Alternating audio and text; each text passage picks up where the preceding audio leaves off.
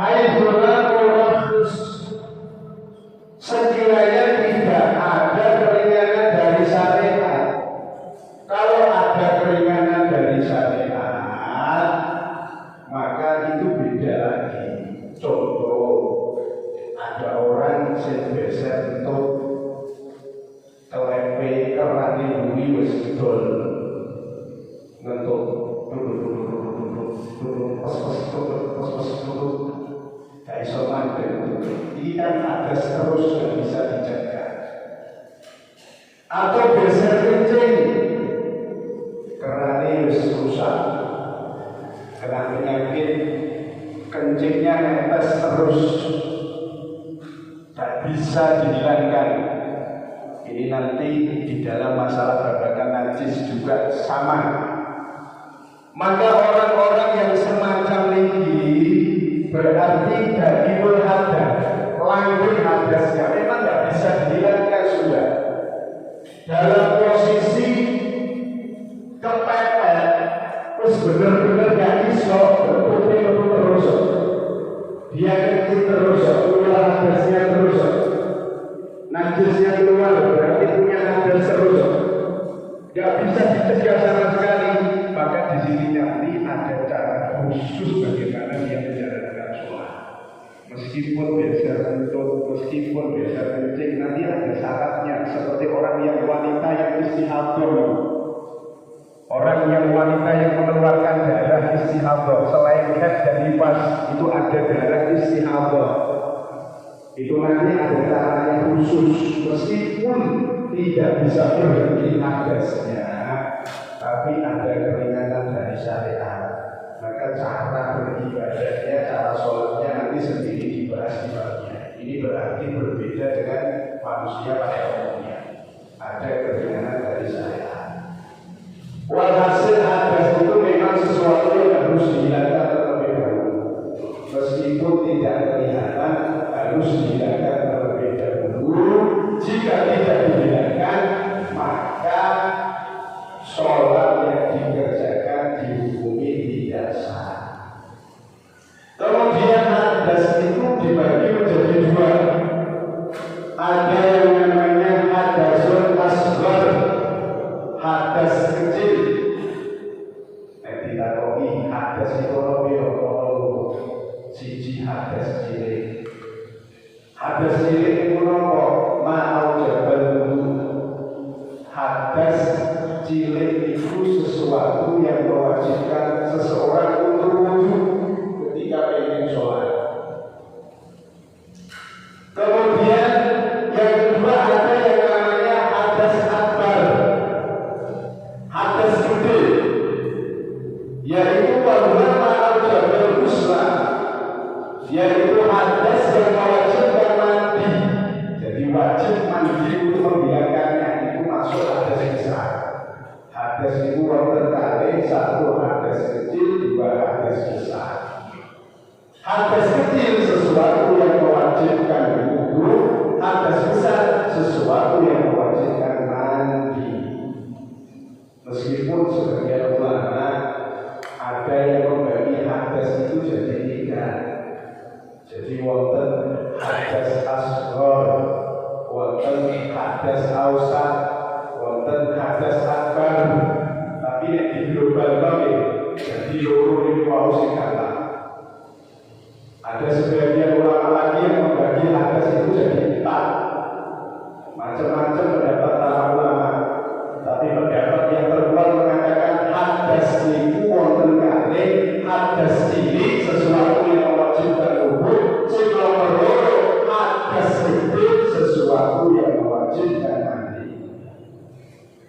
Fal-ula, maka ada pun yang pertama ayat toharotu, yakni bersuci yang pertama adalah anil hadasi, dari hadas. Al-wudu yakni dengan wudu. Yang pertama suci dari hadas kecil itu harus dengan wudu. Bersucinya itu aslinya harus dengan wudu. Cuma nanti bisa diganti tayamum dalam keadaan yang terdesak tidak ada air atau beberapa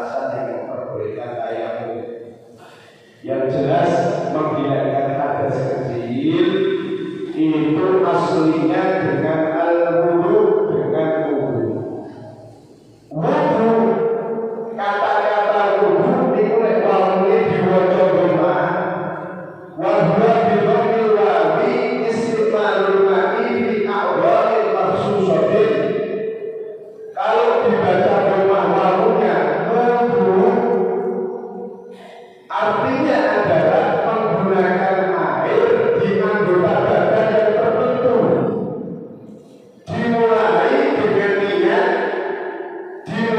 dengan niat. Jadi wudu nek wawune diwaca rumah itu perbuatan wudu, pekerjaan wudu, mulai niat basuh wajah dibagi niat sampai basuh kedua kaki sampai selesai pekerjaannya itu namanya wudu. Tapi kalau di Fatihah, kalau dibaca Fathah wawunya jadi dibaca wadu, tadi wudu, berarti perbuatan wudu itu pekerjaan wudu mulai niat awal sampai akhir. Kalau dibaca Fathah berarti jadi wadu adalah air tawayyaudi, air yang dipakai untuk wudu. Jadi yang disebut wadu itu berarti banyu sing kanggo wudu, artinya banyu sing untuk wudu, itu namanya wadu. Wakana tidak wujubi, maka tidak wujubil maktubati lailatul isra. Wudu itu pertama kali diwajibkan oleh Allah itu bareng dengan kewajiban sholat 5 waktu ketika malam Isra Mi'raj. Nabi diwajibkan di malam Isra Mi'raj menjalankan sholat 5 waktu setelah melalui proses dari 50 jadi 5 waktu. Saat itu juga Nabi diwajibkan untuk melakukan wudu.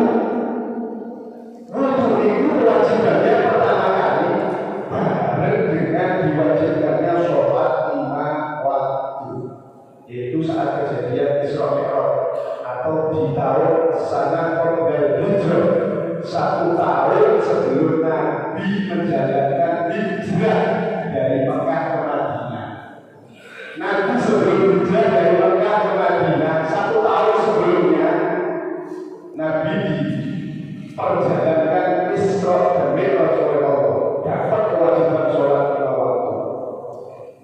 Saat itu juga syariat wudu ini diwajibkan, meskipun ada pendapat yang mengatakan wudu ini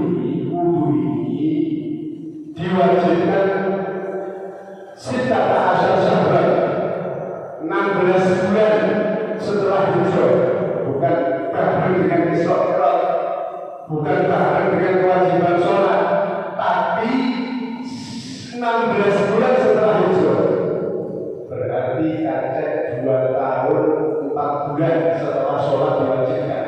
Ada pendapat yang mengatakan demikian. Ada pendapat yang pertama tadi yang disebutkan di kitab ini, bahwasannya wudu itu diwajibkan pertama kali di malam Isra bareng dengan kewajiban sholat. Ada yang mengatakan selang 20, berarti 24 2 tahun 4 bulan, selang 2 tahun 4 bulan setelah diwajibkannya sholat baru wudu itu disyariatkan oleh Allah Subhanahu wa Ta'ala.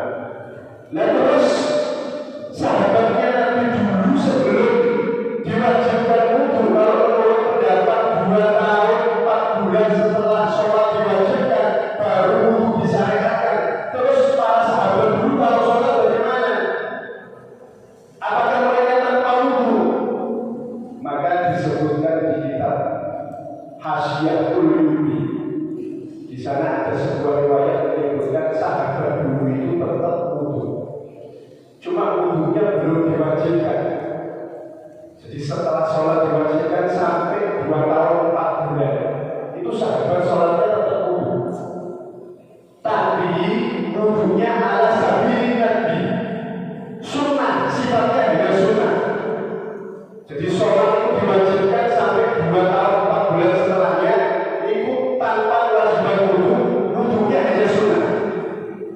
memang wudu itu bukan syariat khusus bagi umatnya Kanjeng Nabi Muhammad. Wudu itu termasuk minas syarati al-qadimah, termasuk syariat-syariat yang terdahulu sebelum Nabi Muhammad. Wudu itu sudah ada. Buktinya ada sebuah riwayat di dalam kitab Al-Muhadzab. Ada sebuah riwayat yang menyatakan Nabi suatu hari. Ini yang membuktikan bahwa wudu itu adalah syariat sejak Nabi-Nabi sebelum Nabi Muhammad. Jadi ada sebuah riwayat bahwa Nabi Shallallahu Alaihi Wasallam maratan. Suatu hari pernah Nabi itu wudu, tapi dibasuh hanya sekali. Wajah dibasuh sekali, tangan dibasuh sekali semua. Kemudian Nabi mengatakan, "Hada wudu'un la yaqbalullahu sholata illa." Iki lho wudu sing bojone saiki wudu sing manis. Minimal wudu diterima ya, sholat diterima itu wudu minimal seperti ini, dibasuh sekali sak apa. Kanjeng Nabi ngomong seperti itu pada para sahabat. Ini wudu yang paling minimalis, yang dengan wudu ini Allah menerima sholat. Minimal dibasuh sekali, itu kewajibannya. Ada pun membasuh 2 kali, 3 kali. Niku 3 kali hukumnya sunnah. Sing wajib wudu itu basuh sekali. Tapi mengatakan wudu minimalis, minimal sholat diterima itu seperti itu. Kemudian saat itu Nabi wudu lagi dibasuh 2 kali. Ini ngasih pelajaran sama para sahabat ini. Tidak 1 kali, tapi kemudian yang kedua ini dibasuh 2 kali. Setelah itu Nabi mengatakan, "Man tawadda'a marratayn ataahu ajrun marratayn." Sapa wong sing wudu basuh ping loro, maka dikasih pahala oleh Allah 2 kali lipat dari yang dibasuh sekali. Kemudian yang terakhir Nabi wudu lagi dibasuh 3 kali, wajah 3 kali. Saat itu Kanjeng Nabi ngomong, "Hada wudu, nek wudu kaya ini. Kalau wudu seperti ini tak basuh 3 kali. Tidak hanya wuduku, wa wudu'ul anbiya'i qabli." Dan seperti inilah wudu para nabi sebelum aku. Wa wudu Khalil Ibrahim alaihissalam. Begitu juga wudunya Nabi Ibrahim alaihissalam itu seperti ini, 3 kali. Ini berarti menunjukkan bahwasanya syariat wudu itu tidak hanya pada umatnya Nabi Muhammad, tapi wudu anbiya, semua para nabi, bahkan Nabi Ibrahim Khalilullah itu juga melaksanakan yang namanya wudunya sama dengan wudunya Nabi Muhammad Shallallahu Alaihi Wasallam, dibasuh 3 kali. Jadi syariat wudu itu memang bukan syariat yang pertama kali untuk umatnya Nabi, bukan, tetapi sejak umat terdahulu itu mereka juga sudah ada yang namanya wudu. Cuma umatnya Nabi umatnya Kanjeng Nabi umat sing paling istimewa. Meskipun sama-sama punya syariat wudu, tapi umatnya Kanjeng Nabi wudunya berbeda. Kenapa? Karena wudunya umatnya Nabi Muhammad itu punya keistimewaan yang tersendiri. Sebagaimana Nabi menyatakan, "Inna ummati yud'auna yawmal qiyamati ghurran muhajjalin min athari wudu." Sesungguhnya umatku ini nanti dipanggil, diceluk yawmal qiyamati, di hari kiamat, dalam keadaan punya tanda. Jadi wong sing tendonya niki bagi umat Kanjeng Nabi mengke berakhirat itu bisa tetap jadi umatnya Kanjeng Nabi, tapi harus punya tanda. Kalau saat ini kan tentang Indonesia, aku warga mana? punya KTP kan? Nek nggak punya KTP, juga bisa diakui warga Indonesia kan harus punya tanda. Umatnya Kanjeng Nabi nanti dari kiamat itu juga punya tanda. Tandanya apa? Hurran muhajjalin min atharil. Nanti umatnya Kanjeng Nabi itu dari kiamat punya tanda. Kepalanya bercahaya, kepalanya terang benderang, bercahaya indah. Kedua kaki dan kedua tangannya juga bercahaya terang benderang indah. Kalau di dalam syarat-syarat kitab hadis itu disebutkan seperti dulu itu kalau orang naik kuda, kudanya kepalanya putih, kedua kakinya, keempat kakinya ada putih-putihnya, itu kan tetap mencorong kaki. Naik kuda ini kabeh polos, kurang keren, tapi di kepalanya ada tanda putih, kedua kakinya putih, depannya putih, belakangnya putih, putih semuanya, kedua keempat kakinya putih, kepalanya putih, jadi keren, api. Begitu nanti juga umatnya Kanjeng Nabi dari kiamat itu dipanggil oleh Allah dalam keadaan punya tanda, punya identitas. Identitasnya apa? Identitasnya kepalanya penuh cahaya itu. Hurran, kepalanya bercahaya dengan cahaya keindahan. Muhajjalin, kedua tangan, kedua kakinya juga bercahaya indah. Kenapa bisa bercahaya indah? Min atharil wudu. Min atharil wudu, karena disebabkan bekas air wudu ketika dia berwudu di dunia. Jadi wudu dengan lakon minimal nek ape sholat pas batal dengan wudu. Minggu nanti hari kiamat bekas wudunya akan jadi tanda bahwa jenengan termasuk umatnya Kanjeng Nabi Muhammad. Bahkan nanti ada sebuah riwayat di salah satu kitab tafsir kalau pernah baca bahwasanya nanti Kanjeng Nabi berdiri di pinggir telaga. Yang Kanjeng Nabi ini tunggu setiap umatnya yang akan datang. Kanjeng Nabi akan panggil umatnya. Sing dipanggil Kanjeng Nabi lagi adalah yang punya tanda. Tanda apa? Ini mau. Kepalanya bercahaya, kedua tangan, kedua kakinya bercahaya karena bekas wudunya. Dipanggil oleh Nabi, sini umatku sini, umatku sini. Orang yang punya tanda, dia akan datang diberikan minum dari telaga Nabi Muhammad SAW. Dan ketika selesai minum, layak mampu abadan, tidak akan pernah merasakan haus selama-lamanya. Ini telaganya Nabi yang bisa minum dia yang punya tanda-tanda di kepala, kedua tangan dan kedua kaki karena bekas wudu daripada ketika dia sholat di dunia. Maka ini merupakan suatu peringatan bagi kita. Jangan sampai kita nanti meninggal dunia tanda ini tidak ada. Banyak orang yang ngaku di dunia, semoga kita menjadi umatnya Nabi, semoga kita mendapatkan syafaatnya Nabi. Nanti hari kiamat itu orang bisa diakui jadi sahabat umatnya Nabi, dapat pertolongan Nabi, bahkan bisa minum dari telaganya Nabi. Itu dengan syaratnya apa? Harus punya identitas. Identitasnya apa? Ini dua bekas daripada air wudu untuk sholat yang dia kerjakan di dunia. Maka air wudu itu luar biasa sebagai identitas nanti.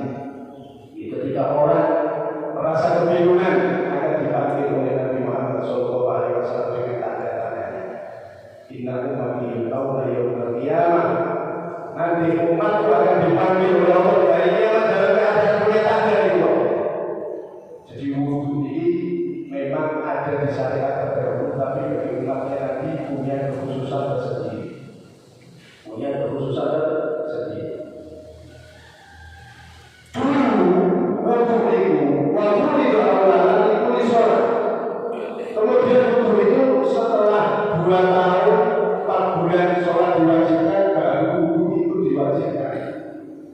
Pertama kali diwajibkan oleh Allah, itu wajib untuk setiap sholat. Jadi batal yang batal di awal diwajibkannya wudu, itu tetap wajib wudu sebelum menjalankan sholat. Itu awal pertama kali diwajibkannya wudu. Jadi jenengan semua yang hidup di zaman ini, itu setiap sholat harus wudu. Duhur, meskipun tidak batal, asal harus wudu lagi. Meskipun belum batal, maghrib wudu lagi. Setiap sholat wajib wudu. Awal pertama kali